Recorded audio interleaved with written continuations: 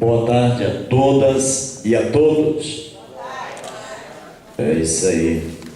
Bom, gente, o Sandro já agradeceu a presença, né, de cada um de vocês.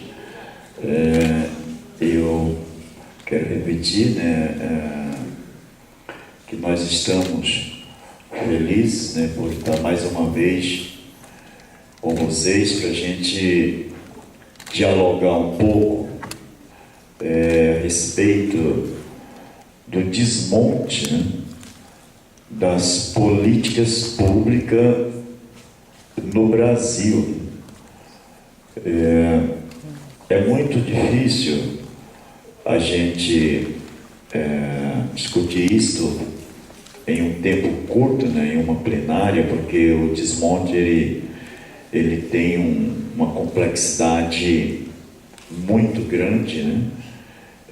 Mas a gente vai tentar, nesse curto tempo, pelo menos passar para vocês uma noção do que está acontecendo, dos PLC, dos PLs que já se transformaram em lei, do que ainda está em discussão no Senado, na Câmara, no Estado de São Paulo, na cidade de São Paulo, porque está havendo pancada de todos os lados, né? Mas eu entendo que nós somos servidores públicos, somos brasileiros e somos um povo que nunca se dá por vencido, né? E aí a gente tem mais essa luta para a gente enfrentar e transformá-la, entendeu, em sucesso, né? Porque se nós não fizermos a luta, pode ter certeza que aqueles que estão encaminhando esse debate, esse processo, entendeu, vai mesmo querer que a gente fique na letargia, né? Nesse anestesiamento que está o povo brasileiro, né? Acho que o povo brasileiro ainda não entendeu o que está acontecendo, né? Ainda não entendeu que está congelado o orçamento para todas as políticas públicas por 20 anos. O povo brasileiro não entendeu que a gente perdeu todos os direitos trabalhistas conquistados desde 1943. Eu acho que é isso que a gente precisa entender, né? A gente vai distribuir um material que fala um pouco de como está acontecendo, né, alguma dessas maldades, né, que a gente tem chamado, né, o PL da maldade, a lei da maldade, porque é dessa forma que ela está sendo colocada para o povo brasileiro, né? E é apenas um alô para vocês. Depois eu vou falar mais um pouco dessa questão do desmonte, vou falar um pouco do desmonte da saúde, vou falar um pouco, né, de qual é a proposta que está se desenhando para a nossa previdência municipal na cidade de São Paulo, dar uma pincelada a respeito do PLC, entendeu, que está tramitando no Congresso, que ele permite a demissão de servidores públicos nos 3 níveis, né? Federal, estadual e municipal. Isso independe do tempo que você tem no serviço público, né? Então a gente vai falar um pouco de cada uma dessas mazelas, que umas já estão aprovadas e outras estão em processo de aprovação, tá? Então eu vou passar para o Aldo, né? E o Aldo ele vai apresentar para vocês a questão da Previdência, né? E também um pouco da lei trabalhista, para a gente entender em que momento cada uma dessas duas situações, entendeu, estão colocadas, tá? Então eu vou passar aqui para o Dr. Aldo Dr. Aldo é advogado, ele é da assessoria jurídica do Sindicep, é militante, né? Há muitos anos é um militante que veio na luta desde a JOC, né? Alguém aqui sabe o que é JOC?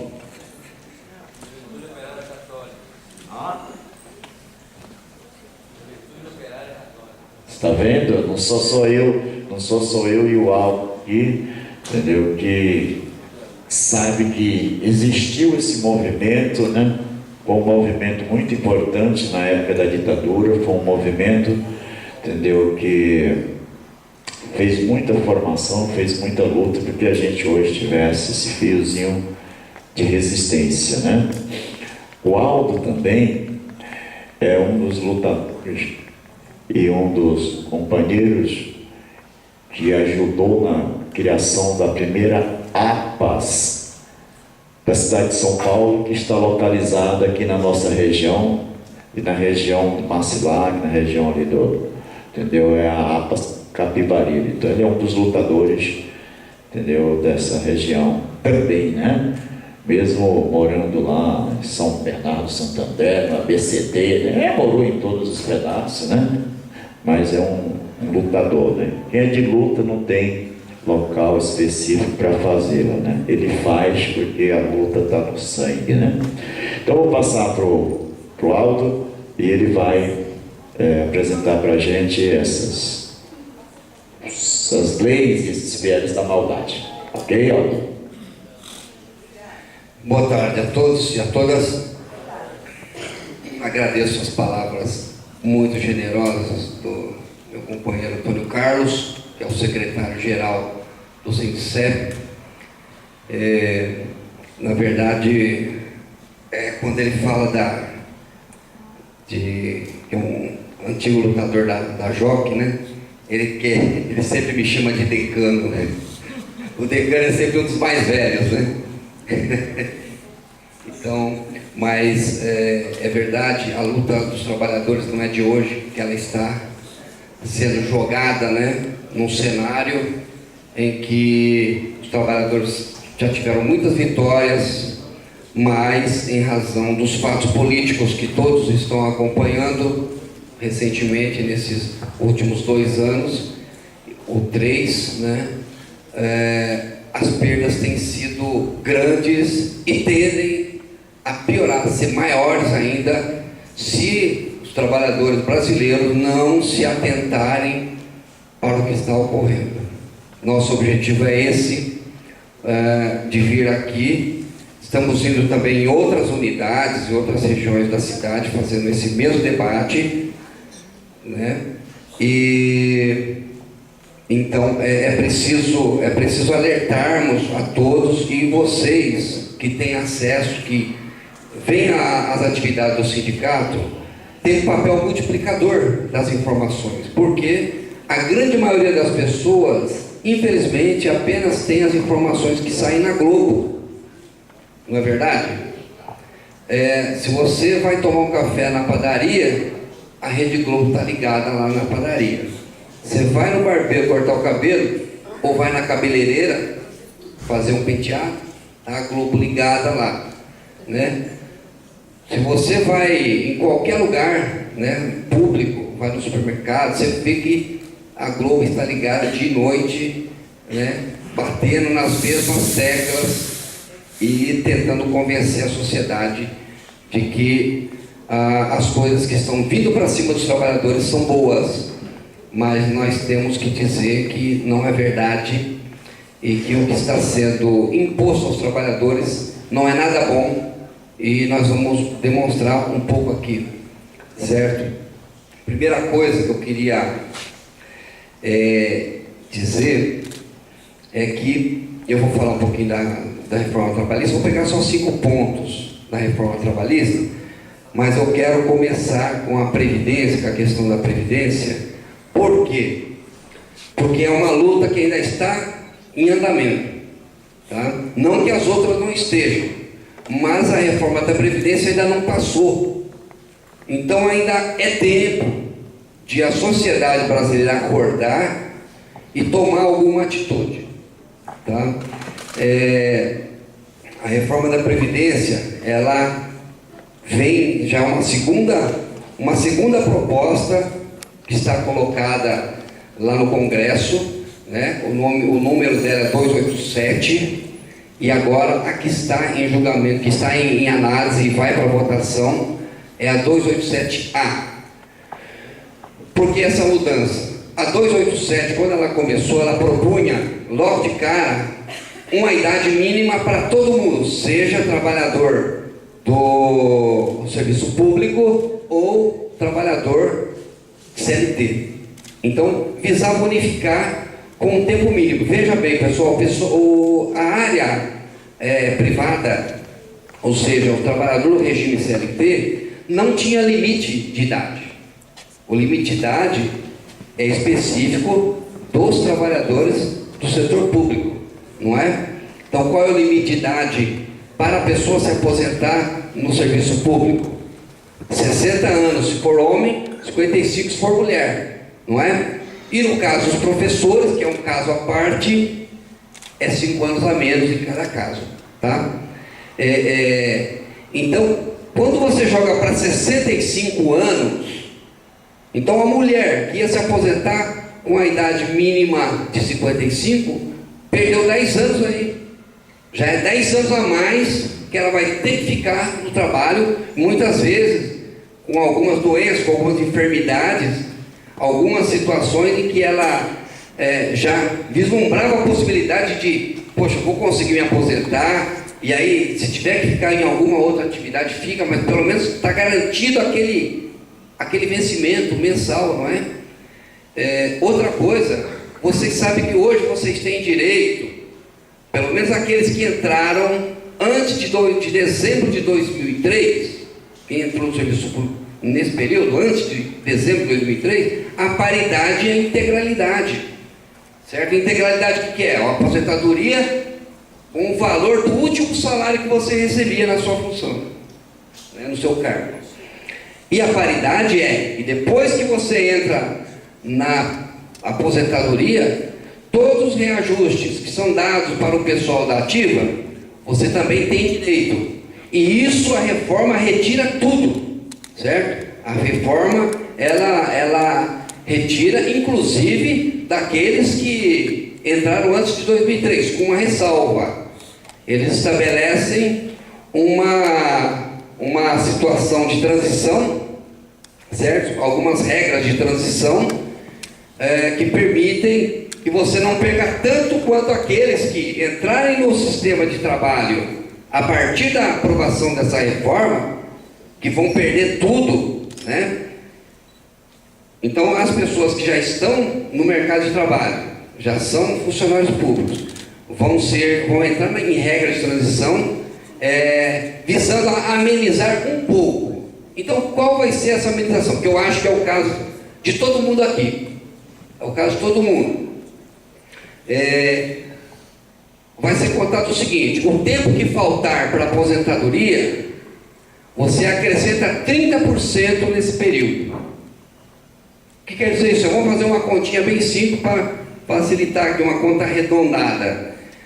Se a pessoa trabalhou 20 anos, falta 10 para ela se aposentar. Se aprovar agora, né? Veja, lembrando que já passou pela Comissão de Constituição e Justiça do Congresso e já vai para a votação, já vai para a plenária. Aí vai votar na Câmara dos Deputados, depois vai para o Senado, e aí, se aprovado, faz as mudanças que tiver que fazer, vai para a sanção do presidente, né? Então, se a pessoa trabalhou já 20 anos, falta 10. Se for mulher, né? Se for homem, falta 15. Vamos pegar o caso da mulher, que fica mais fácil a conta. Quanto é 30% de 10? 3 anos, não é? Então, ao invés de ela se aposentar com 30 anos de contribuição, ela vai se aposentar com 33. Então, vai trabalhar mais 33. Portanto, é um pouco menos do que a reforma vai impor àqueles que entrarem no serviço público após a reforma. Entendeu? Qual vai ser o tempo de contribuição do pessoal que entrar após a reforma? 40 anos. 40 anos contribuindo. Certo? Então, a mulher de 30 anos de contribuição passa para 40 anos. Portanto, vai contribuir mais 10. Faz uma conta de quanto no caixa vai entrar de dinheiro com as contribuições de todos os servidores. Isso é municipal, estadual, federal, autarquias, tudo. Fundações, tá certo? Então o objetivo é encher o caixa, né? Ter mais dinheiro em caixa, e eu vou explicar para onde eles, por que eles estão fazendo essa proposta, né? Vão pôr isso em votação e querem aprovar. Então a perda é grande, tanto em termos de idade para o trabalhador, que aumenta o tempo mínimo, certo? Para o homem vai para agora, nessa última proposta, última versão da proposta, que é a 287A, para o homem vai para 65 anos e para a mulher 62. O tempo mínimo para a aposentadoria, que subiu dessa forma, e o tempo de contribuição que subiu, como eu falei, para 40 anos, já é um dado bastante preocupante, aliás, muito preocupante. Faz as contas com a idade que você tem, faz a conta cada um, certo? E vê quanto você vai estar perdendo aí. Além disso, vai estar sendo estabelecido um tempo mínimo de contribuição, certo? Portanto, como eu falei, 40 anos, você contribuiu 40, você terá direito já à aposentadoria. Mas se você contribuiu até 25 anos, é o mínimo da contribuição, né? Não é o mínimo da idade, como eu falei, é o mínimo de contribuição. Se você contribuir 25 anos, você pode se aposentar proporcionalmente. E aí quanto recebe? 70% do vencimento, né, do benefício da aposentadoria. Certo? 70% se você trabalhar 25 anos. Como faz para receber os 100%? Lembrando que ele não tem paridade e nem integralidade. Espero que todo mundo domine esse conceito. Que a integralidade, né, é o seu último salário, e a paridade é quando se aposenta ganhar os aumentos junto com o pessoal da ativa. Então isso não terá nessa proposta que vai à votação. Certo? Então o que vai acontecer? Você contribuiu 25 anos, quanto falta para 40 anos de contribuição? Falta 15. Né? Eu poderia ter colocado no slide aqui, mas achei que a conta não é muito complexa. Né? Quantos anos faltam para 40 anos? Certo? Faltam 15. Então como é que vai ser a evolução? Portanto, a partir de 25 anos de contribuição, se você tiver aquela idade, certo? Mulher 62, homem 65, já poderá aposentar. Agora eu acredito que a maioria está bem longe disso, né? Só tem gente com cara de jovem aqui, olha aí, não é? Obrigado. Ó, o único que falou ali, obrigado. Toninho. Mas é verdade, né? A grande parte aqui eu estou olhando, a grande maioria é jovem ou meia idade, né? Ninguém está com aquela idade avançada. Então vai perder bastante todo mundo. Quanto mais jovem, mais vai perder, certo? Porque a regra de transição vai atingir o pessoal mais jovem. Bom, então como é que faz? Vamos fazer essa continha rapidão. Os primeiros 5 anos, de 25 anos para 30, a porcentagem que vai subir na aposentadoria, no benefício de aposentadoria, é de 1,5% ao ano. Faz a conta então, em 5 anos, então você contribuiu 25, porque aposentar, né,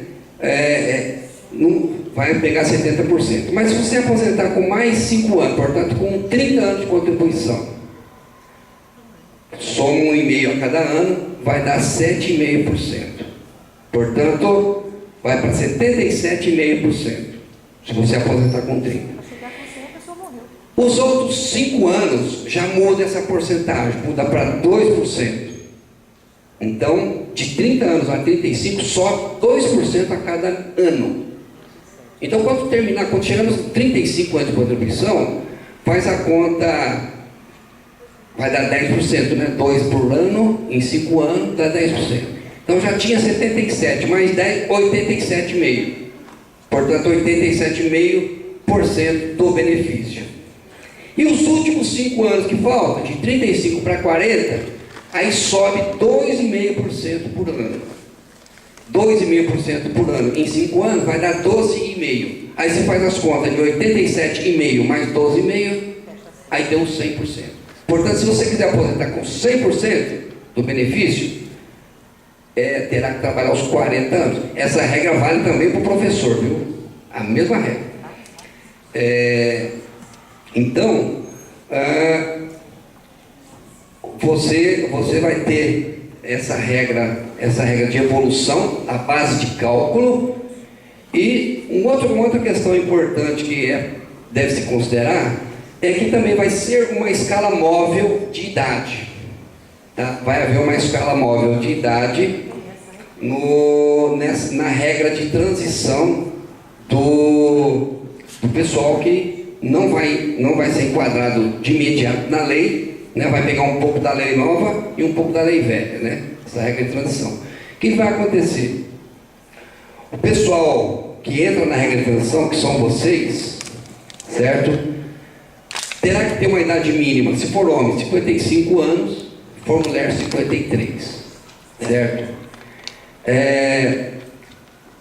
Vai acontecer o mesmo, aquilo que eu falei já no início, que acrescenta 30% sobre o tempo que falta de contribuição, que faltar para quanto? Que faltar para 30 anos, se for mulher, 35 se for homem, certo?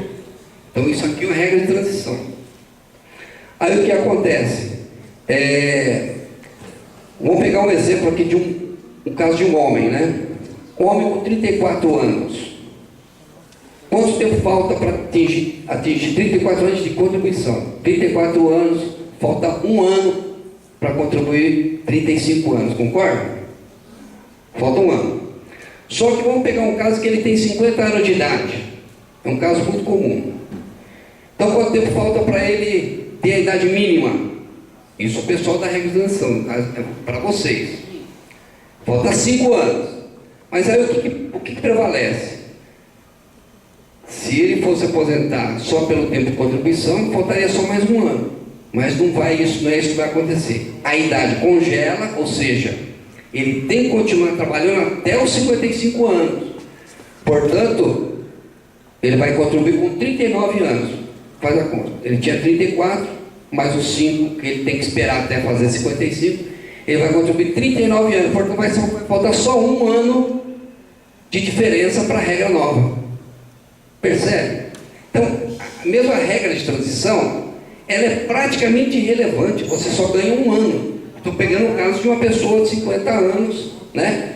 Que praticamente está na beira de conseguir a aposentadoria, né? Mesmo esse vai perder bastante, tá? Então, esses são os fatores que vão atingir em cheio o servidor público. A perda é grande, não sei se vocês concordam comigo. Eu acho que é relevante. Eu sei falar para o resto do povo brasileiro que não é funcionário público, vai acontecer bastante barbaridade também, né? Para o pessoal que é idoso, né? Para o pessoal que tem deficiência física, né? Então tem regras que vão prejudicar também o trabalhador. A área de pensões, né? Também. O trabalhador rural, tá certo? Na primeira proposta, só para você ter uma ideia, na primeira proposta, nós viemos aqui. O Sandro organizou um debate aqui também, fui eu que vi, e naquele momento a gente discutiu a primeira proposta, né? Naquele momento, eles tinham estabelecido que o trabalhador rural tinha que contribuir 25 anos para poder se aposentar, sendo que a regra existente é de 15 anos. Aí teve aquela greve geral, né? Depois da greve geral de 28 de abril, onde 40 milhões de pessoas paralisaram, né? Umas querendo, outros não, né? Mas a maioria acredito que querendo, pelo menos essa convicção. Agora, grande parte parou porque pararam os ônibus, parou o metrô, parou o trem, não importa, né? Porque teve bloqueio de rodovia, bloqueio de avenida, teve a ação dos sindicalistas existem para isso também. Às vezes tem que forçar a barra, às vezes o sindicalista tem que bater na mesa, né? Bater na mesa com força, senão não acontece nada, né? Então, na verdade, 40 milhões de pessoas pararam, seja por bem ou por mal, e isso fez efeito. Aí, por isso que o Congresso, né, mudou o projeto de lei, amenizou um pouco, mas mesmo assim a perda ainda é grande, né? Como eu falei, amenizou um pouquinho para o trabalhador, mudou a idade da mulher, que é mínima, que ia para 65, baixou para 62, para o homem não mudou nada, né? Era 65, na segunda proposta manteve igual, no tempo de contribuição era 49 anos, mudou para 40, certo? Percebe? Deu uma amenizada. Tá ruim, estava bem pior antes, né? Eu tenho, na minha convicção, de que foi aquela pressão daquela greve, e depois daquela greve teve a ocupação de Brasília várias vezes. Vou dar um exemplo que foi bem contundente, além daquela geral, né, que tinha 200 mil pessoas em Brasília. Teve, por exemplo, quer ver um setor daqui dos servidores que teve uma ação importante lá em Brasília? São os guardas, o pessoal da GCM, tá? Ou o pessoal da GCM fez uma atividade junto com a GCM de todo o Brasil, de todos os municípios do Brasil. Cada município mandou um pouquinho, São Paulo mandou bastante, e eles ocuparam o Congresso, não sei se vocês viram, e ocuparam armados, tá? Entraram lá dentro com arma na mão, não arma na cintura não, entraram com a arma na mão, e aí os seguranças de lá do Congresso saíram da frente, os caras entraram com sangue no olho, não sei se iam fazer alguma coisa, dar tiro lá dentro, não sei, só que importante que os caras saíram da frente, né? Foram bastante persuasivos, né? E aí eles não conseguiram que já incluíssem nessa proposta de mudança da Previdência o caso deles. O caso deles é um caso bem específico. Eles, constitucionalmente, têm um direito parecido com o dos professores de aposentadoria especial. O deles é porque eles atuam em situação de risco, certo? Dos guardas. E eles não estavam tendo direito de aposentadoria especial com 30 anos o homem e 25 mulheres, mesmo já tendo algumas leis dizendo isso, né? O problema é que precisava de uma emenda constitucional e uma lei complementar para eles conseguirem. Então eles estão numa batalha. Eu não vou nem tentar explicar tudo, porque é uma situação um pouco mais complexa, mas lá no sindicato, o Dr. Coutinho, que é o coordenador do departamento jurídico, está coordenando as ações jurídicas que nós estamos fazendo, e sou eu que estou fazendo as ações da área da GCM, né? E a gente está indo em vários locais onde tem a GCM para explicar a questão jurídica para eles. Estamos no meio da luta, tá? Então eles precisam que seja aprovada uma lei complementar, né? E o Congresso, depois que eles entraram lá armados, o Congresso, o presidente do Congresso, infelizmente naquele momento lá era o Cunha, né? Hoje o Cunha está na cadeia, né? Mas quem substituiu ele se comprometeu, que é o Rodrigo Maia, se comprometeu a dar prosseguimento e pôr isso em votação. Não sei se ele tem muitas chances, mas nós vamos fazer a nossa parte, que é o lado jurídico, né? E o Antônio Carlos, direção do sindicato, vai fazer o Sandro, vamos fazer a parte deles, que é a parte política, certo? E aí vamos fazer de tudo, porque, vou falar pelo menos pelo meu caso, entrar na justiça para nós é diversão. É a nossa obrigação, mas também posso te contar um negócio. É muito divertido para quem é da área, viu? E ser citado também é muito divertido. Pode me citar quantas vezes quiserem, né? Falo isso assim, as autoridades, né? Autoridades do município ou jurídicas, né? porque a gente, graças a Deus e graças a muita luta, nós temos uma entidade muito forte. Às vezes dá umas capengadas, que é a OAB, né? E aí a gente vai lá e garante, bate na mesa e segura o rojão, né? Então, um pouco é isso que está em jogo sobre previdência social. Queria falar um pouquinho da reforma trabalhista. Vou pegar só 5 pontos. Reforma trabalhista, como o Antônio Carlos na abertura falou, né? A perda de direitos ela é grande e, como ele falou, estão congelados todos os investimentos em 3 esferas: saúde, educação e assistência social. Congelado por 20 anos, tá? É o topo, né? O topo da pirâmide das leis. E aí tem que cumprir, né? Então, aprovaram isso. Logo em seguida, aprovaram a reforma trabalhista, que é outra gravíssima situação para a classe trabalhadora. Portanto, é um ano assim, 2016 foi triste, e foi muito triste. 2017 é a consequência do que teve em 2016. É a consequência. Quem achava que tudo aquilo que aconteceu em 2016 poderia ser revertido, hoje eu acho que está consciente de que não dá para ser revertido com facilidade, né? Então a reforma trabalhista, que foi aprovada também e entra em vigor também em novembro, junto com a do congelamento, né? Vai entrar em vigor em novembro. Vamos dar só algumas pinceladas.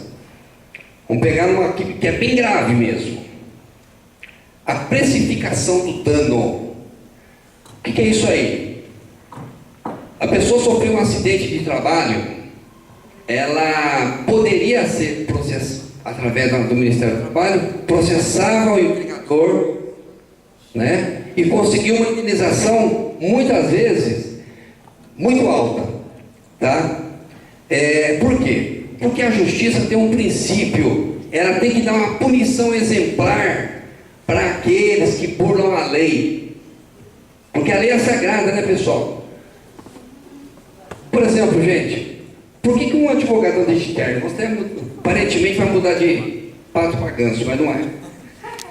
Por que advogado anda de terno, né? Eu não estou indo numa missa, num culto, não estou fazendo nada disso. Por que eu sou obrigado a andar de terno? Eu sou obrigado, viu? Obrigado. Eu não entro na sala do juiz se não estiver de terno, eu sou proibido. Por quê? Porque o fórum, ele é um templo. É verdade. Isso aí remonta desde na história da humanidade, no início da civilização, onde se julgava-se dentro do templo. Os julgamentos eram dentro do templo, certo? Então é uma questão sagrada a lei, porque a hora que você chega num acordo e cria uma lei, você tem que cumprir. Aqui não é um acordo, né, que entra a moral em cima disso, né? Então a punição exemplar para aquele que não cumpre lei existe por causa disso. Então uma empresa como uma das grandes, aqui na Zona Sul tem muita empresa grande. Fala um exemplo de uma grande aqui. Avon. Eu não vou falar que eu só lembrei da MWM, mas essa nem existe, né? Como o Antônio Carlos falou, né? Eu sou decano, fico só lembrando de coisas que não tem mais, né? A Bayer, né? Uma empresa alemã poderosíssima. Eu já fui office boy, eu lembro que eu ia na Bayer, nos meus velhos tempos, para entregar coisas, pegar coisas, né? Entregar. Bom, essas empresas, se um trabalhador morre lá dentro, por um problema de segurança do trabalho, morria lá dentro, até agora, né? Enquanto não entrou em vigor a nova lei, o empregador podia ter uma punição exemplar de pagar milhões. Houve muitos casos em que o empregador pagou 10 milhões, porque para a Bayer, por exemplo, 10 milhões para ela é uma ninharia, né? É café pequeno, mas é exemplar 10 milhões, porque isso aí já sai nos jornais, né? Vai para o mundo inteiro. A Bayer pagou uma multa exemplar lá no Brasil, né? Um exemplo, né? Agora, com a reforma trabalhista, um dos artigos das 117 mudanças que mudam a CLT, que é essa daí, o dano fica precificado em 50 vezes o salário recebido. Só em 50 vezes. Então, se você tem um salário mínimo, trabalha ganhando um salário mínimo, quanto que é 50 vezes um salário mínimo? É menos de 50 mil reais. Você ganha 2 mil reais. 50 vezes isso dá quanto? 100 mil reais. Às vezes, num acidente mortal, em que deixou uma família lá desassistida, e por culpa completa e dolo da empresa, né? Hoje ela não vai mais pagar nada. Portanto, qual foi o objetivo disso? O objetivo disso é que a empresa consiga colocar na contabilidade dela quantas mortes comporta o orçamento da empresa por ano. Certo? Antes ela não podia, porque o juiz, o judiciário, ele podia dizer o seguinte: ó, se a empresa está de brincadeira, tem que respeitar a sociedade, e muitas vezes a empresa estrangeira, né? Tem que respeitar a sociedade, podia variar. Nunca a empresa poderia prever quanto queria ser a multa. 500 mil? 10 milhões? Poderia abalar o orçamento da empresa, dependendo do tamanho da multa, né? E dependendo do tamanho da empresa também, né? Então ela não podia fazer cálculo. Então eles tinham que fazer de tudo para impedir um acidente de trabalho. Agora não precisa mais. Deixa acontecer. Por quê? Porque a multa é uma mixaria. Certo? Isso eu estou falando da multa máxima. Isso é a multa máxima. Multa por morte. Certo? Por morte, acidente de trabalho. Se for um acidente de menor relevância, menor ofensividade, sei lá, perder um braço, que é gravíssimo também, né? Mas não é morte. O preço já fica bem menor. Então, isso aí, nesse mesmo capítulo da lei, entra a questão da mulher grávida. Certo? Entra a questão da mulher grávida. A mulher grávida, ou lactantes, né? Elas estão, enquanto não entrar em vigor a lei, a reforma trabalhista, elas estão proibidas de trabalhar em lugar em condições insalubres. Situação em respeito a vocês, que o pessoal da zoonose, que tem a questão da insalubridade, situações de insalubridade.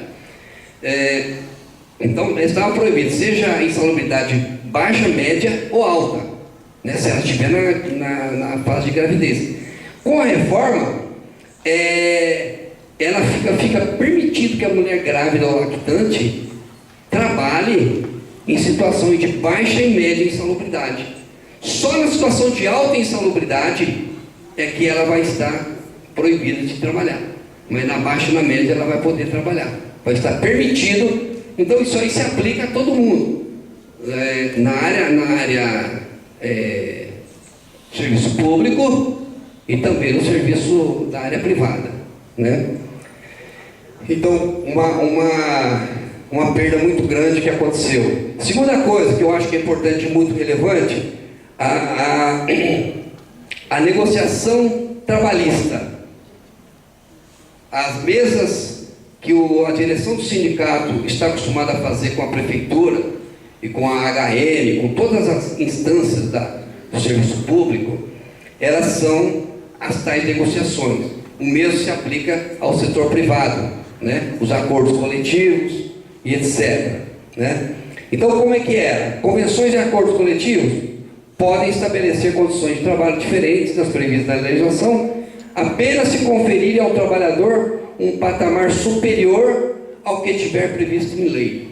Então, veja bem, tem uma lei que prevê um benefício para o trabalhador, você pode negociar, mas só dá ali para cima. Agora, como é que ficou? Convenções e acordos poderão prevalecer sobre a legislação. Percebe? O negociado acima do legislado. Certo? Então, o sindicato e empresas podem negociar condições de trabalho diferentes, previstas em lei, mas não necessariamente num patamar melhor, né, para os trabalhadores. Então, se negociar abaixo, uma redução de salário, por exemplo, vai poder ser aceito, mesmo a lei dizendo que não pode reduzir salário, certo? Então, uma coisa que acontece em consequência disso é o seguinte: hoje é obrigatório que o sindicato participe de qualquer negociação dos trabalhadores.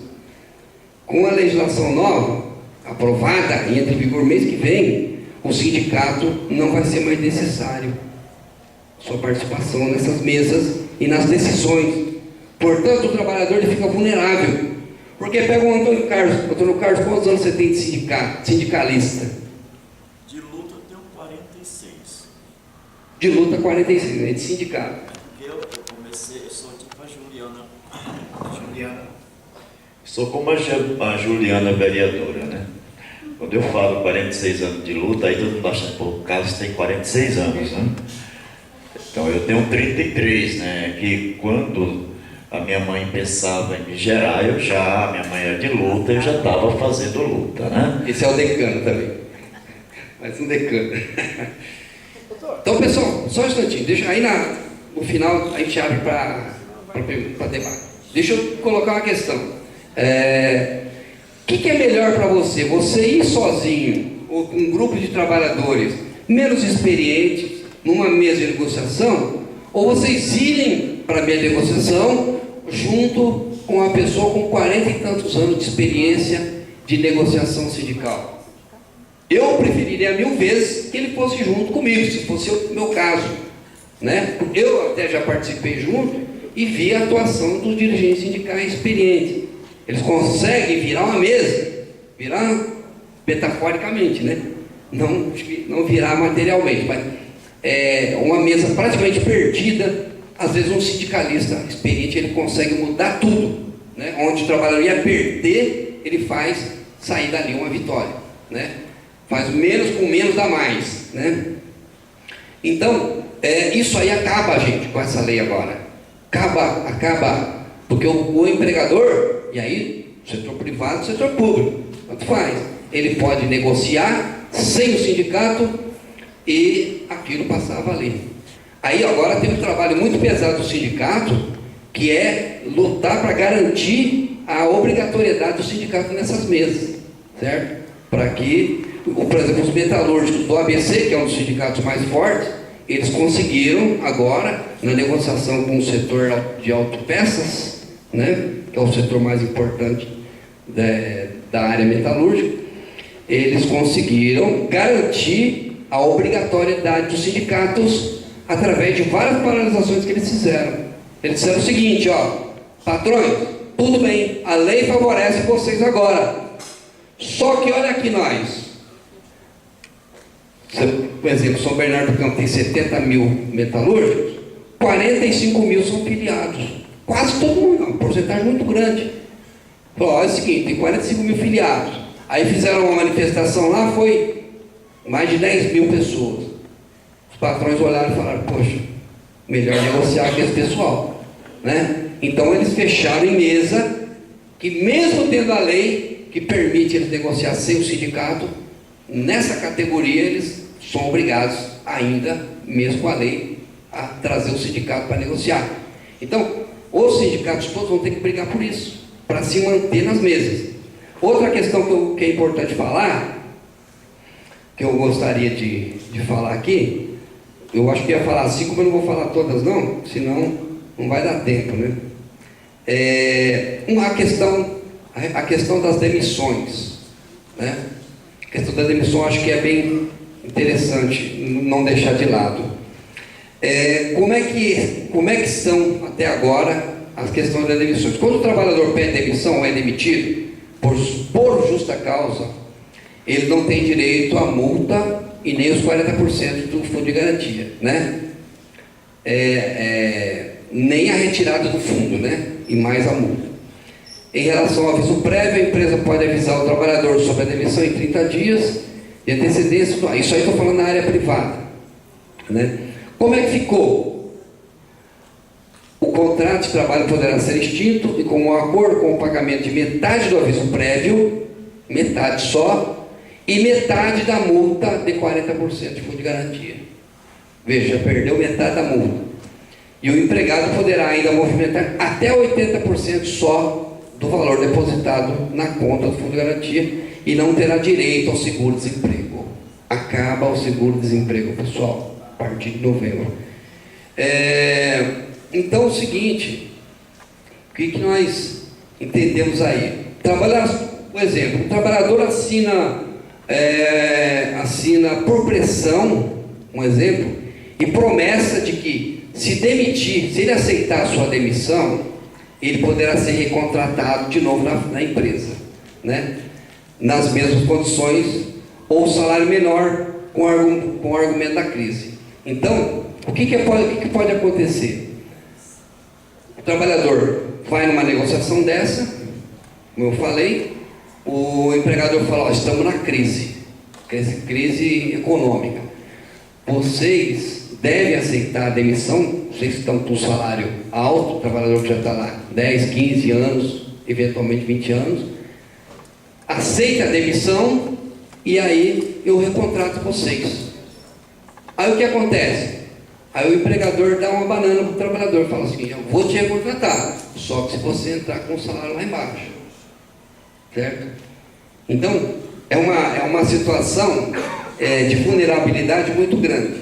Isso aí vai se aplicar também no setor público. Vocês vejam bem, essa lei agora da demissão de servidor público, que vai ser votada também, é uma outra batalha, vai ser votada no Congresso, já tem uma prévia, pessoal, não sei se vocês sabem. Michel Temer, ele mandou uma medida provisória mês retrasado, mandou para o Congresso e a medida provisória está valendo. Nós, setor jurídico do Sindicep, que não somos sindicato federal, entramos com uma ação porque os sindicatos federais não entraram. Nós entramos, eu e o Dr. Contigo, que assinamos essa petição, e nós seguramos essa medida provisória. Ele não está podendo aplicar por causa da nossa ação. Olha só, pessoal. Então nós entramos em dois tribunais. A assinada por ele, pelo meu companheiro, o Dr. Coutinho, ele mandou em Brasília, né, no Distrito Federal, e eu mandei aqui no ABC. Os jornais do ABC, tudo apareceu lá. Advogados entram advogado da região entra com ação contra o PDV do Temer, né? Isso é uma prévia. O PDV, né, que é o programa de demissão voluntária, já é uma prévia, né, uma antessala do que vem por aí, que é essa lei da demissão do servidor público por situações mais cotidianas, mais simples, né? E até alegando falta de orçamento, tá? Então, pessoal, é isso um pouco do que eu queria falar, o principal, né? Teria muito mais coisa, mas se a gente for alongar, fico só eu aqui falando. Então, eu acho que o Antônio Carlos tem bastante coisa para dizer, tem algumas questões importantes, né? Passaria a palavra para ele agora. Bom, gente, o Aldo, nosso decano, ele é grandão, então ele fala sentado, né? Eu, como precisava ficar em cima da cadeira, eu vou ficar em pé, tá? Ficar de pé porque fica mais fácil. Por enquanto eu não vou mexer aqui, tá? Bom, gente, o Aldo, ele coloca muito importante a questão da previdência, que ainda é uma questão que a gente pode ir para a luta, não é isso? E reverter, porque a importância de nós estarmos fazendo essas plenárias que nós estamos fazendo em toda a cidade é suscitar ao trabalhador e ao munícipe, porque a gente convida não só o trabalhador, a gente convida também a população para essas plenárias, porque eles possam entender que a lei trabalhista já passou, que o congelamento, entendeu, do orçamento já passou, que a lei da Previdência está à porta, ainda não passou porque é um projeto, um PLC do Executivo, e o Executivo já sondou a sua base no Parlamento, no Congresso, e eles não têm voto suficiente para passar, entendeu, a reforma da Previdência. Se tivesse, eles já tinham passado, porque é compromisso dessa gestão fazer isso, tá? Então, assim, precisamos entender que é compromisso pelo seguinte, eu gosto de falar algumas coisas de fato. Vamos falar de fato. Foi congelado o orçamento por 20 anos, é isso? Ou seja, o orçamento de 2006 é o mesmo orçamento de 2007, mais a perda inflacionária e o aumento, entendeu, da população.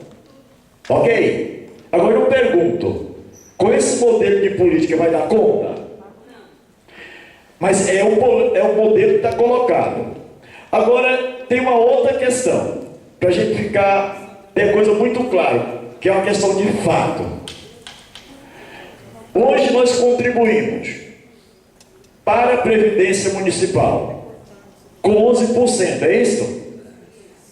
Qual é a proposta do gestor municipal?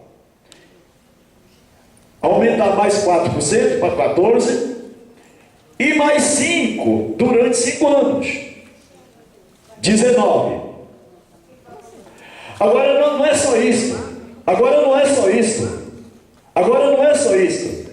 Correto? Não é só isso. Esse é o aumento da contribuição. Agora o que a gente teve de reajuste? Se a gente não teve reajuste, mas a gente tem um déficit inflacionário, e a gente tem um déficit no orçamento que ele vai, entendeu, interferir, entendeu, na política de educação, na política de saúde, na política de transporte, na política, você vai fazer o quê? É só 19% o reajuste? Não, porque a economia é muito clara, você tem que colocar tudo isso na ponta da caneta, porque quando você ia no supermercado há um ano atrás, você levava um carrinho, você gastava R$300. Hoje você leva metade daquele carrinho, você gasta R$800 mil. É verdade ou não? Então, assim, alguma coisa está errada? Alguma coisa está errada. E a gente precisa se atentar para isso. Por que tem que aumentar a contribuição do trabalhador? Por que tem que aumentar a cobrança de imposto de renda do trabalhador? Mas nós temos, cada um pode, que hoje é muito fácil de ter essas informações. Pega o celular, que o sinal está ruim, pega o celular, vai no Google e pergunta quais são as 6 pessoas mais ricas do Brasil. O que quer dizer isso? As 6 pessoas mais ricas do Brasil detêm um poder de riqueza de 100 mil brasileiros, equivale a 100 mil brasileiros. Então, a metade da riqueza que deveria ser distribuída nos 207 milhões de brasileiros está concentrada em 6 mãos. Essas 6 mãos, só 4 está em um único grupo empresarial. Em um único. É a Ambev, grupo de bebida que manda em tudo no Brasil. Ou o cara que é o 3G da Ambev, ele ganha R$500 mil por hora.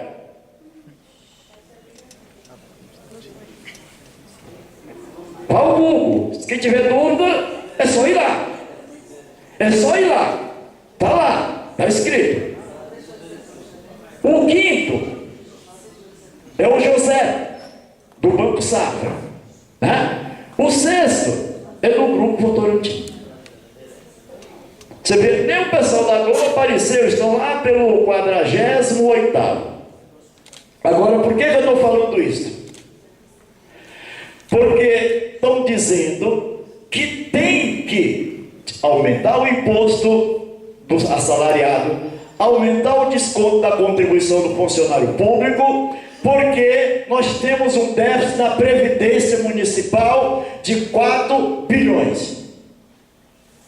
E que se não resolver isso, vai chegar a 75 bilhões. Eu tive ontem em uma mesa chamada pelo secretário de gestão, eu, o Sérgio e o Teixeira, para eles conversar e apresentar isso para a gente.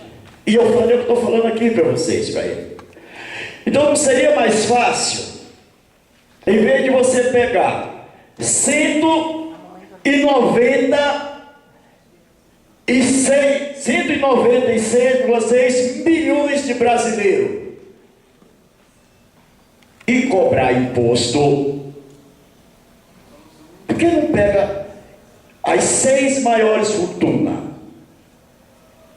e não majora? Por que não faz isso?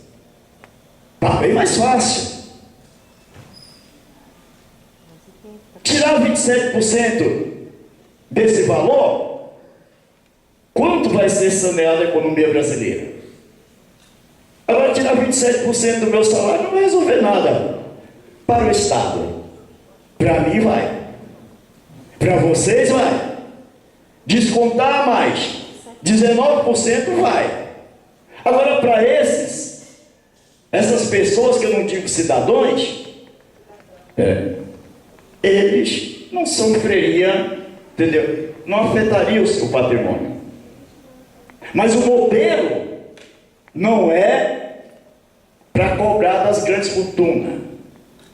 O modelo é para acabar com a população brasileira, entendeu? Que é trabalhadora. A gente tem culpa nisso? Tem. A gente tem culpa. Sabe por quê? Porque são 6 para 100 milhões.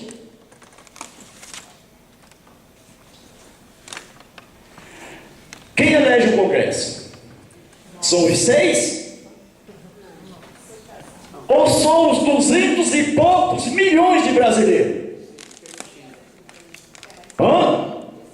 Então é o seguinte, meu querido. Quem tem maioria lá? É eles. Eles têm maioria. Trabalhador não vota em trabalhador. Se o Toninho se candidatar a vereador pela zoonose, ele não vai ter 10 votos. A cidade de São Paulo. Porque é trabalhador. Acabou a legenda. Você entendeu? Porque falaram que nem o Toninho vota nele. Mas por que eu escolhi o Toninho? Porque é um cara popular, é um cara querido dentro do setor dele, por isso que eu escolhi o Toninho. Se eu escolhesse, por exemplo, o Francisco, ia ter 5 votos. Não é isso?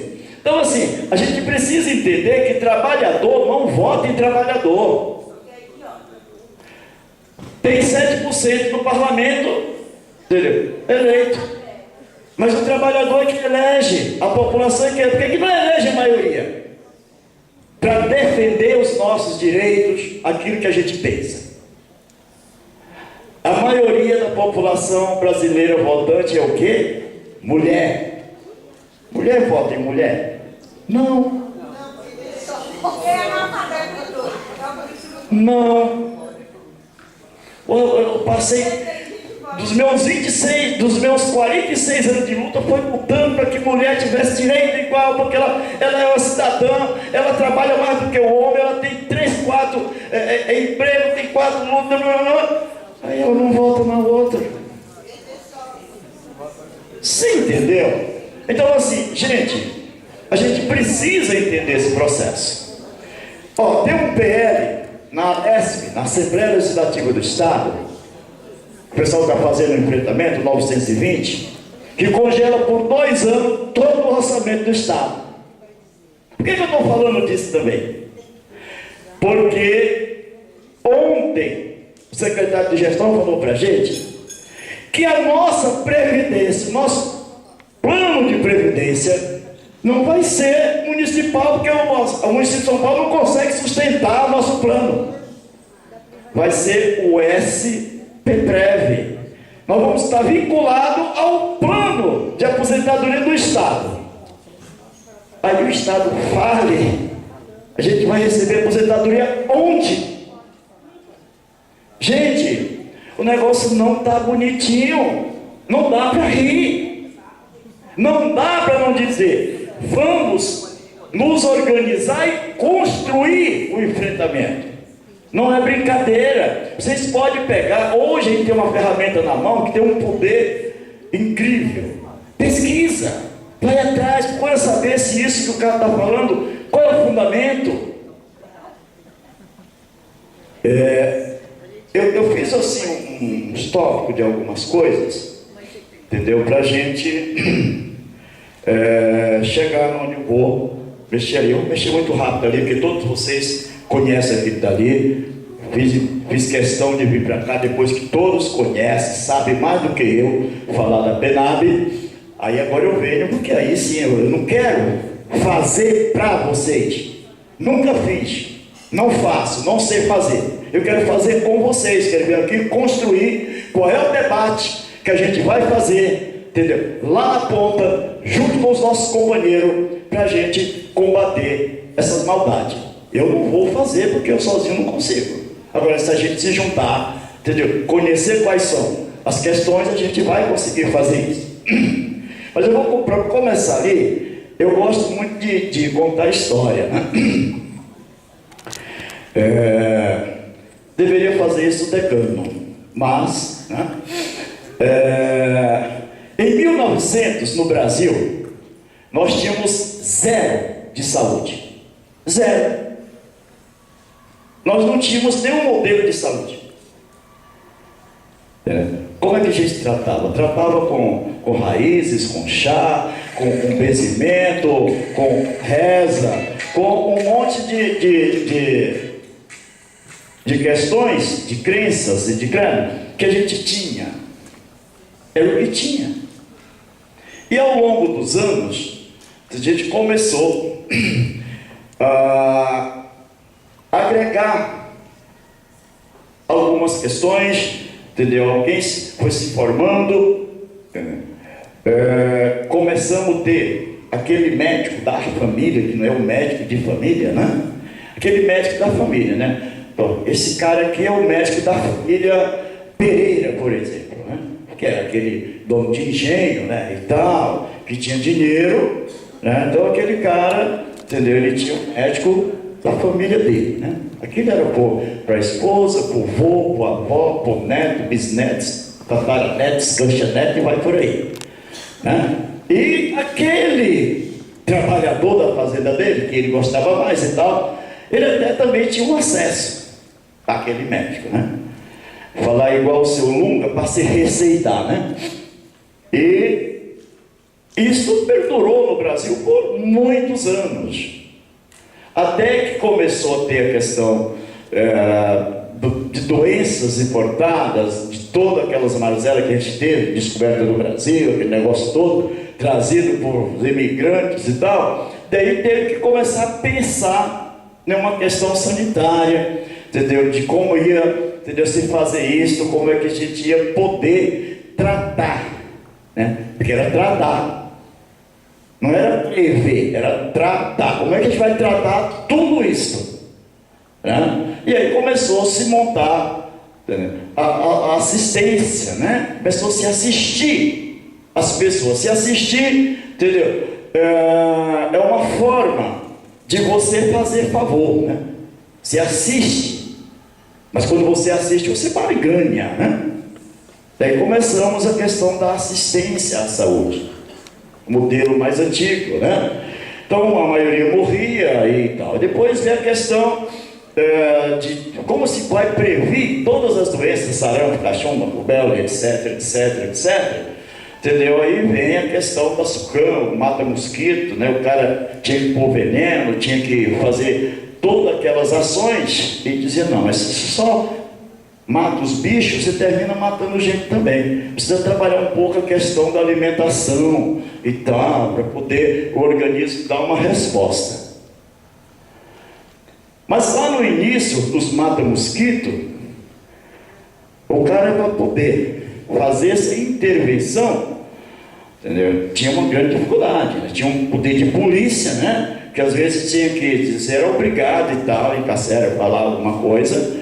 Tinha os sanatórios, né? Aquele internamento para doenças e tal, ficava isolada a sorte para que o organismo reagisse, se você curasse ou morresse, você não podia contaminar mais do que já tinha contaminado no país, porque não tinha assistência, não tinha tratamento. Prevenção não se falava. Mas aí tinha momento e local e comunidade que para o cara poder fazer a ação de saúde, entendeu, com o veneno, ele tinha que comer um pouco do veneno para poder provar que aquilo não matava. Era a mesma coisa da vacina. Ninguém queria tomar vacina, era uma questão de polícia, né? A tuberculose, o cara ia lá, vamos falar de São Paulo, ia lá para Campo de Jordão, porque era um local bom, bonito, sabe, não sei o quê, para tentar salvar. Então, foram várias mazelas no Brasil. Em 1978, nós tivemos na cidade de Alma-Ata, no Cazaquistão, uma conferência de saúde, onde se tirou uma resolução, onde todos os governantes do mundo, entendeu, se comprometeram, entendeu, em até 2000, que o mundo tivesse pelo menos, entendeu, a assistência primária à saúde. Mas o Brasil terminou evoluindo, eu vou pular um monte de coisas. O Brasil terminou evoluindo bastante nas lutas. E quem fez o Brasil evoluir na saúde foram lutas.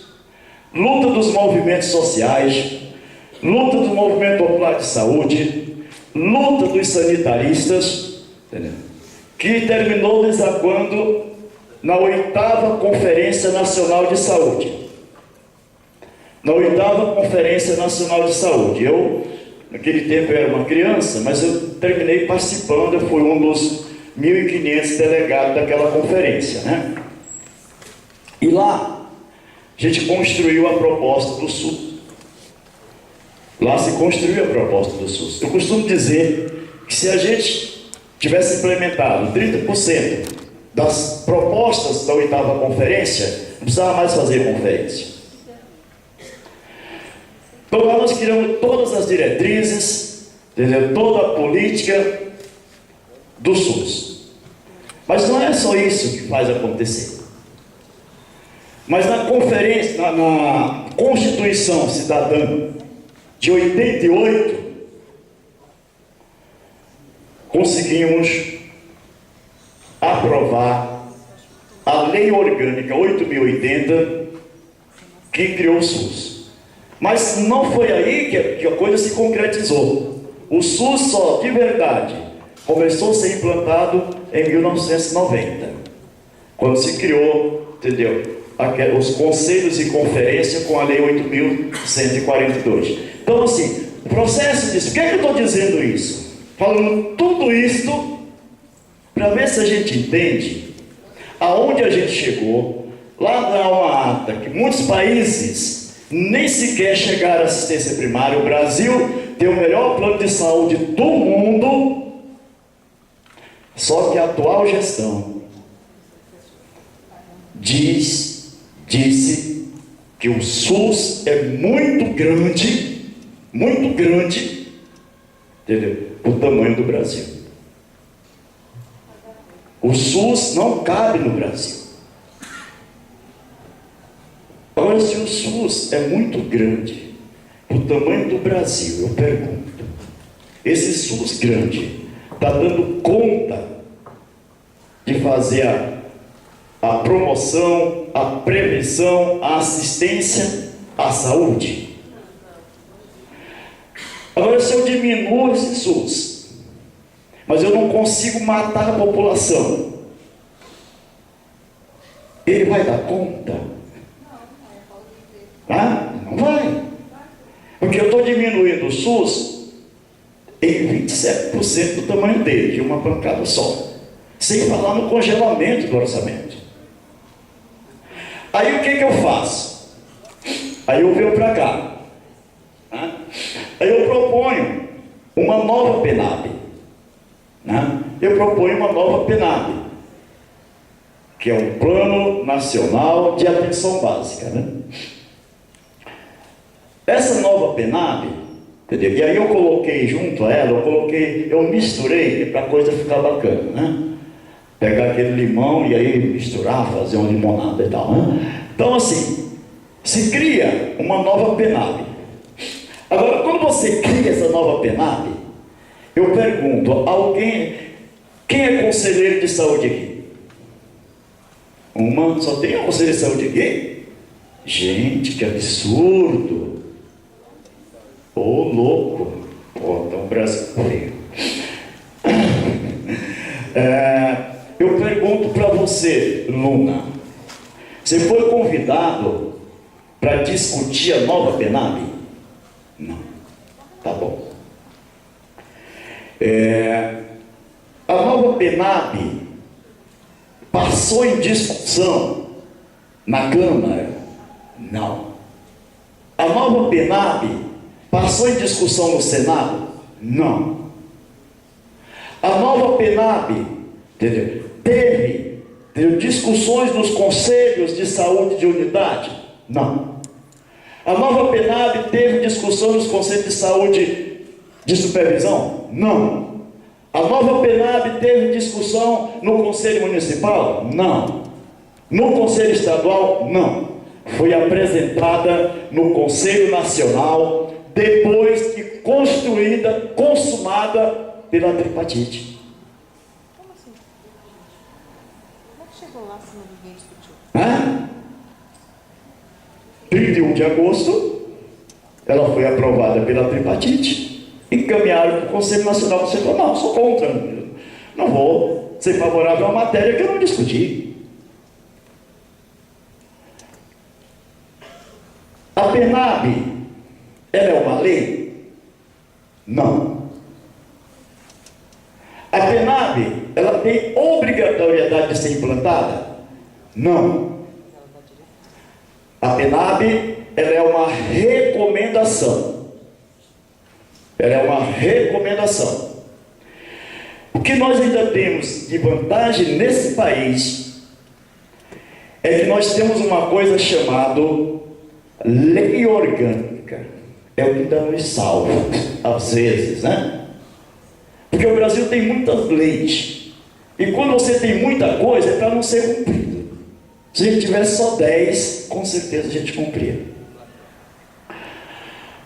Então, a nova PNAB, que substitui a anterior, que é a atual PNAB, que está em vigor, essa nova não está em vigor, mas ela está querendo ser enfiada de goela abaixo na cidade de São Paulo, porque eu não estou fazendo crítica ao gestor porque é do PSDB, não. Porque eu fiz crítica ao Haddad, entendeu? Eu organizei campanha salarial no Haddad, eu fiz ato no Haddad, eu fiz greve no Haddad e eu enfrentei o Haddad. Porque não fui eu, Carlos. Foi o Sindicep. Aqui não é o Carlos que está falando. O Sindicep não tem posição política partidária. Eu tenho. Eu sou petista. Eu tenho. O Sindicep não. E eu aqui não estou falando pelo Sindicep, eu não estou falando, Carlos, eu estou apresentando a proposta do Sindicep, mas com o olhar no que está nas instâncias, municipal, estadual e nacional. Precisa dizer isto, que é importante a lei orgânica, porque ela organiza as instâncias federadas, a União, o Estado e o município. É a lei federal, tem que ser cumprida. Não, ela orienta também. Ela tem o poder de ser cumprida. Mas eu ponho a lei federal e digo, todo agente de apoio vai ter que ganhar, teto de carreira, R$30 mil. toda agente zoonóstico, porque ele é um profissional importante. Por que não? Toda agente zoonóstico tem que ganhar 30 mil reais. Ele é importante. Ele, o ACS, é importante. Porque é ele que faz a notificação e o combate às zoonoses e às endemias. É ele que mensura no território as questões de doenças, as questões socioeconômicas, geográficas e etc, etc, etc, etc. A partir do momento que ele faz isso, ele traz para o técnico a condição do técnico, em cima dos seus dados, fazer o planejamento das ações para atenção básica, para promoção, entendeu? E para todas as outras políticas, entendeu? Que está constante na nova PENAB, na PENAB atual. Agora, quando a gente, só dessa lâmina aqui, quando a gente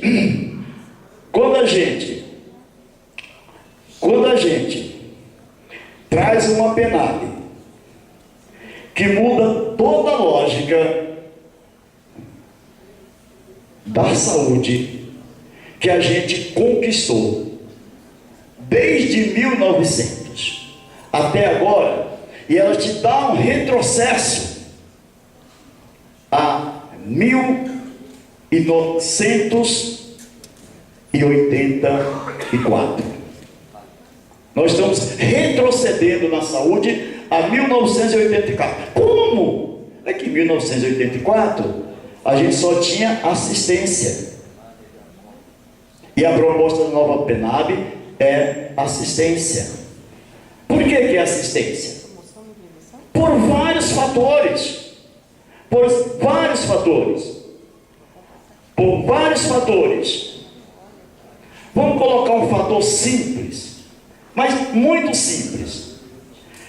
A nova PENAB diz, e aí é uma coisa que ela acolhe o usuário, entendeu? Ela põe o usuário contra o trabalhador. Ela diz o seguinte: o SUS é público, é para todos.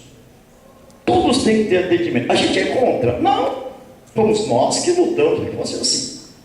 Então eu não posso ter área fechada. Eu não posso ter uma equipe de saúde da família, entendeu? Que da rua Manuel Domingo até a rua Maria dos Anzóis é atendida, mas da rua Pedro não pode ser atendida. Todo mundo tem que ser atendido. Então eu quero o UBS, entendeu? Para atender todo mundo. A gente quer que atenda todo mundo, mas a gente quer que faça promoção, prevenção, faça assistência, que tenha programa, que tenha vigilância em saúde, que tenha vigilância sanitária, entendeu? Que tenha saúde do trabalhador, que a gente tenha de verdade saúde. A gente não pode estabelecer um processo de adoecimento para depois tratar. É essa a proposta. Atender. Você vai atender quem? Quem está doente. Você não fez a prevenção. É esse o retorno. Agora, quando você diz à população, todo mundo tem que ser atendido, não tem que escolher quem vai ser atendido, a população abraça.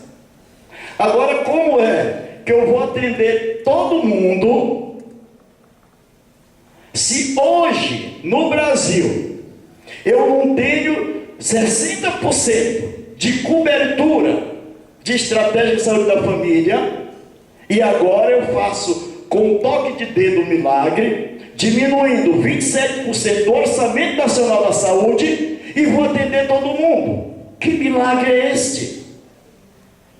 Então tem conta que não fecha. Tem conta que não fecha. Mas aí eu vou para a Globo e falo assim: eu vou zerar toda a fila de exames da cidade de São Paulo. Aí eu vou contratar contrato, os meus pares, façam um levantamento. No que tem de um ano para lá, eu jogo fora. Tem de um ano para cá, eu falo para o serviço público priorizar e resolver, e fazer. E aí eu pego, entendeu? E coloco lá para os meus convênios atender. Daí quando você termina fazendo uma pesquisa, isso aí eu estou falando, o Jornal Estado falou, a Folha falou, entendeu? Que 80% dos atendimentos de resolução, entendeu? Desses exames que estavam na fila foi feito pelo serviço público. 20% foi feito pelos convênios. E aí eles fazem uma análise e diz que os 80% que foi feito pelo público saiu mais barato do que os 20% que foi feito pelos outros. Aí eu não entendi. Daí eu fui lá para o Tribunal de Contas e perguntei. Aí o Maurício Farias falou para mim: verdade, cara, estamos investigando. Que é o conselheiro Maurício Farias, que todo mundo conhece, que é o cara que bate nas contas do município. Mas aí vai mais longe, tem uma proposta que diz que os hospitais da cidade de São Paulo, os centros cirúrgicos estão subutilizados, que só fazem cirurgia pela manhã no primeiro período e que fica tarde e à noite, entendeu? Sem fazer cirurgia. Daí a proposta é contratar esses outros horários para fazer cirurgia e diminuir a fila de cirurgia. É muito bom, não é, gente? Tem que fazer isso, não é isso? Agora, quem é da saúde sabe por que só se faz cirurgia no primeiro período. Sabe por que só se faz cirurgia no primeiro período? Porque nós precisamos ter um tempo para fazer desinfecção do espaço cirúrgico, do material e fazer esterilização do espaço. Tem um tempo, que é um protocolo da OMS. Mas como eu tenho um orçamento de 27%, eu tenho que dar conta da população brasileira da cidade de São Paulo, e do tamanho que está, não dá eu matando uma parte, com certeza eu vou dar conta. Não, é verdade. É fato.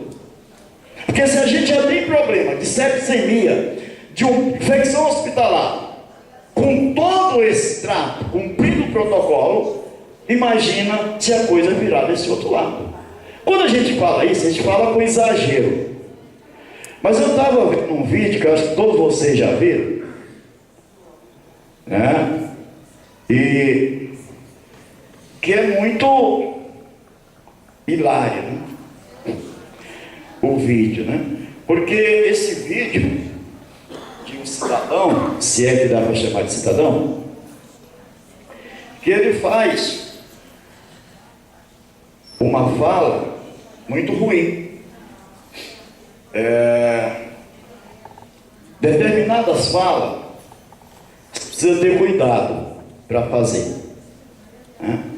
Principalmente quando você é político, né? Porque às vezes eu vi um cidadão, e olha que eu digo que esse cara é o maior camelo de política vivo do Brasil, chama-se Paulo Salim Maluf. O Maluf, ele diz o seguinte: fale mal, mas fale de mim, que quando alguém não falar nem mal de você, fique esperto. Ah, não é verdade? Fique esperto, que o negócio está pegando, né?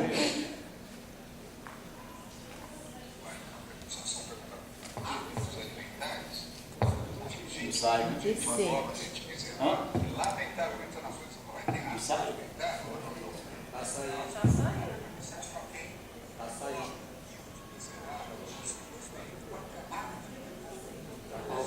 Não sabe nem o que é hábito, né?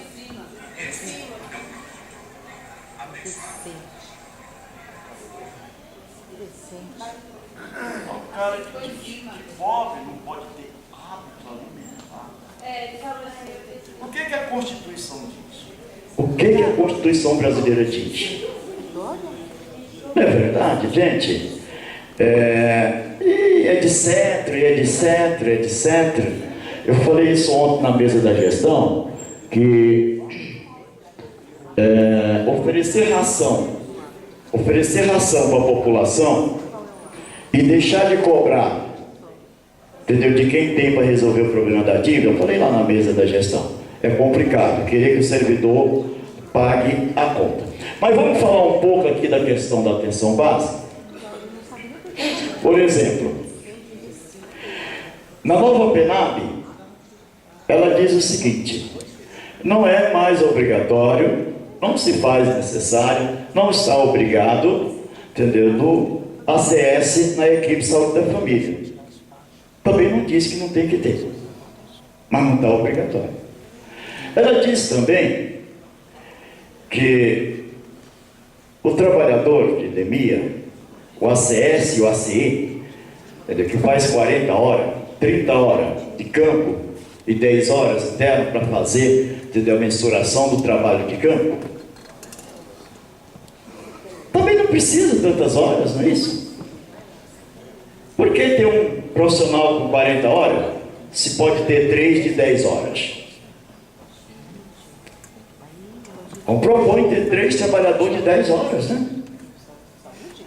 Existe na legislação brasileira alguma categoria que tem 10 horas, ô decano? 10 horas. Trabalho semanal. Nós temos profissional específico, médico, que tem 20 horas semanal. Agora, 10 horas semanal para fazer prevenção é brincadeira, não é? Quando começou a estratégia de saúde da família, que a gente construiu as diretrizes, em 1986, a equipe de saúde da família era formada de um médico, um enfermeiro, 2 auxiliares de enfermagem, um técnico e 12 agentes comunitários de saúde. 12! Hoje diz que a equipe mínima, entendeu, pode ser 4. A nova diz que é preciso. Mas aí vem um cidadão e diz assim: mas para que esse ACS, esse ACE, se ele nem aplica injeção, se ele nem faz curativo, se ele não mede pressão, se ele não mede a glicemia, e a gente está gastando dinheiro com ele? Tem que ter um super agente que faça tudo isso. Não é isso? É assistência ou não? Quando eu digo que é assistência, gente, é assistência. E aí eles falam mais o seguinte: olha a falta de respeito. Mas a gente fez uma pesquisa e 30% dos ACS e ACE tem extensão de enfermagem, são enfermeiros. Se falar tudo, é 40% é enfermeiro ou técnico auxiliar. Então a gente já tem 40% que pode fazer essa função. E aí, a gente vai fazer? Não, porque não tem regulamentação. Não tem regulamentação. Porque o que está regulamentado? Para esses 2 agentes, que são da Lei 11.350, Lei Nacional. É que quando da sua criação, ele nem precisava ter ensino fundamental. Ele precisava ser alfabetizado só. E ser líder daquele território. Era esse o requisito. Ser líder daquele território. Era o requisito, quando a gente criou as diretrizes em 86.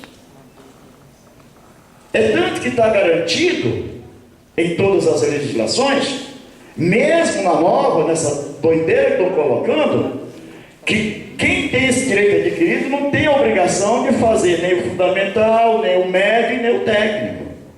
Ele se mantém, quem está até 2005.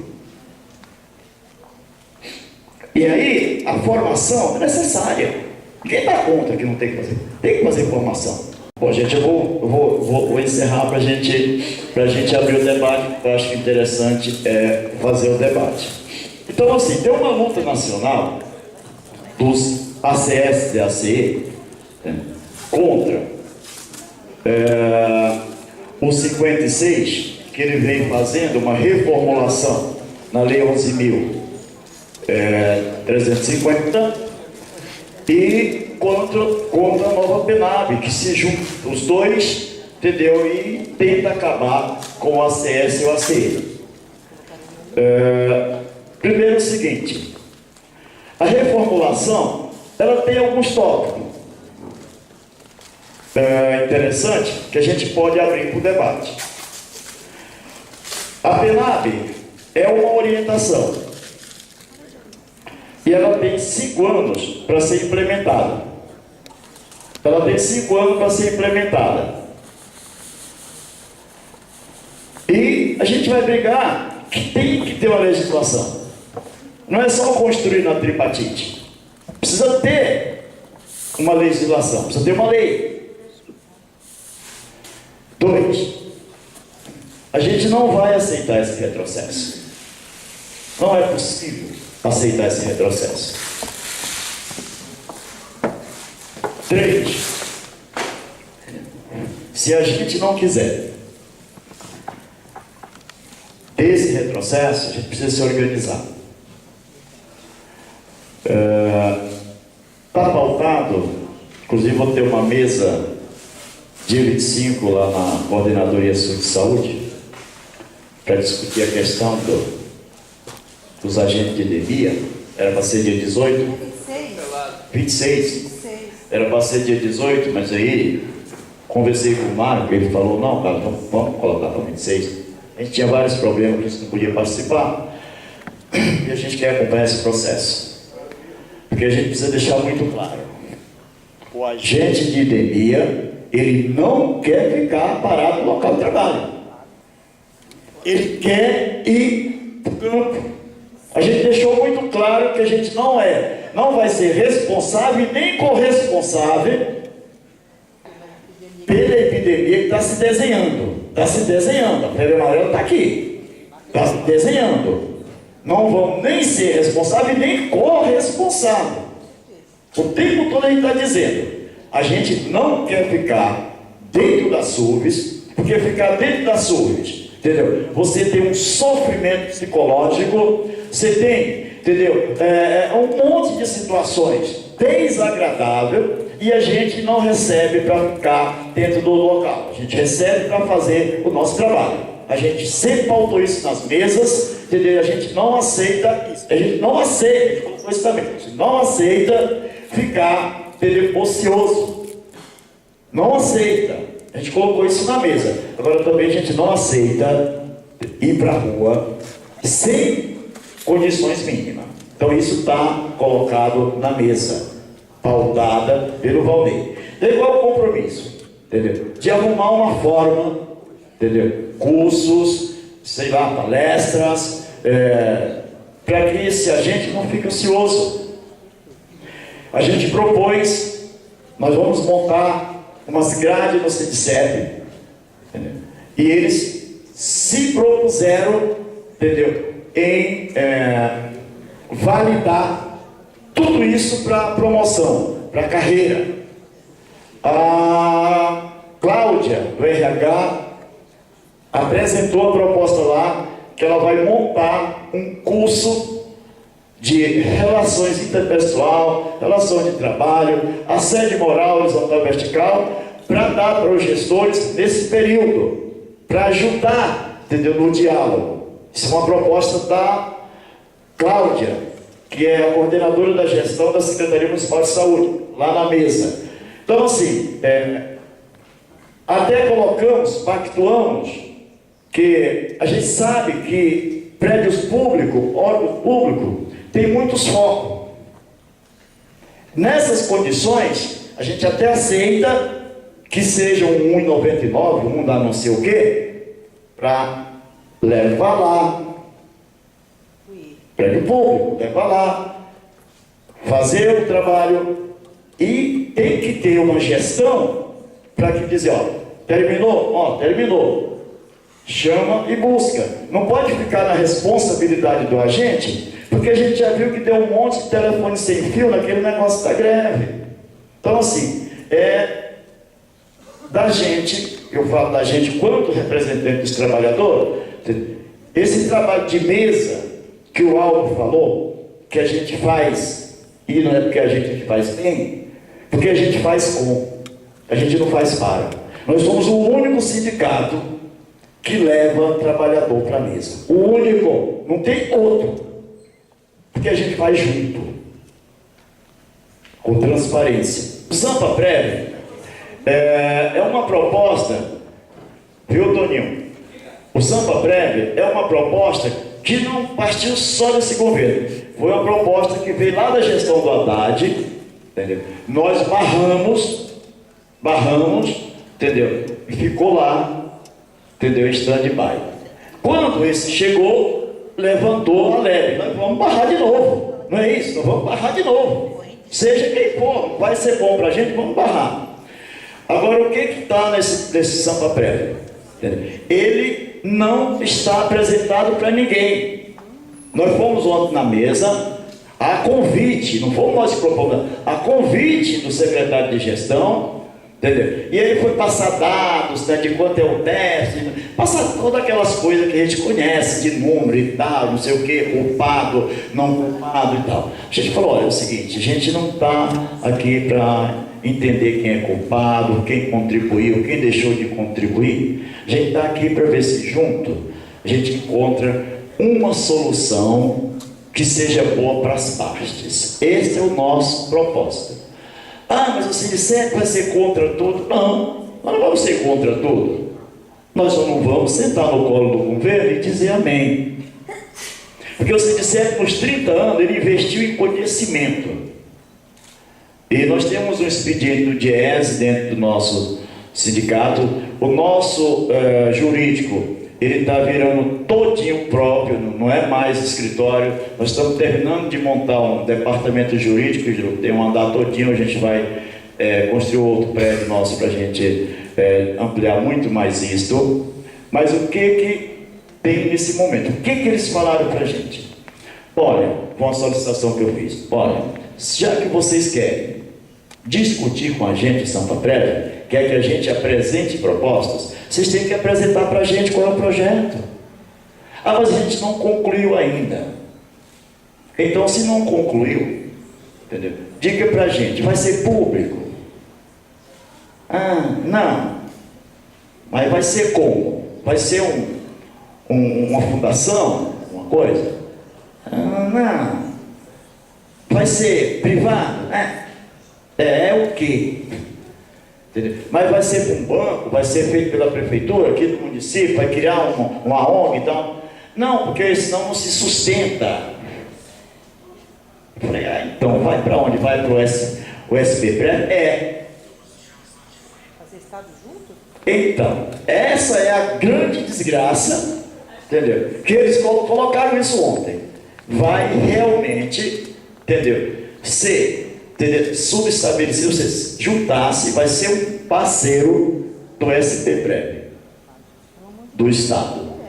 Então, gente, se é aqui do município, a gente já é contra, pela forma como está sendo colocado. Agora, se vai juntar ao do Estado, aí gente, não dá nem para...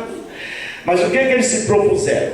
Se propuseram, antes de mandar para a Câmara, eles vão apresentar para a gente levar o nosso expediente do DIEESE para fazer todas as simulações e o nosso departamento jurídico, para a gente entender e dizer sim, não quero, que a gente vai dizer sim aonde for positivo. Porque eu acredito que deve ter alguma coisa positiva, porque uma coisa a gente precisa entender, tem que fazer reforma da Previdência. Agora, este não é o melhor momento para fazer reforma da Previdência. Agora, que tem que fazer, tem. E não é da Previdência Municipal, é da Previdência Geral. O modelo, a forma está errada.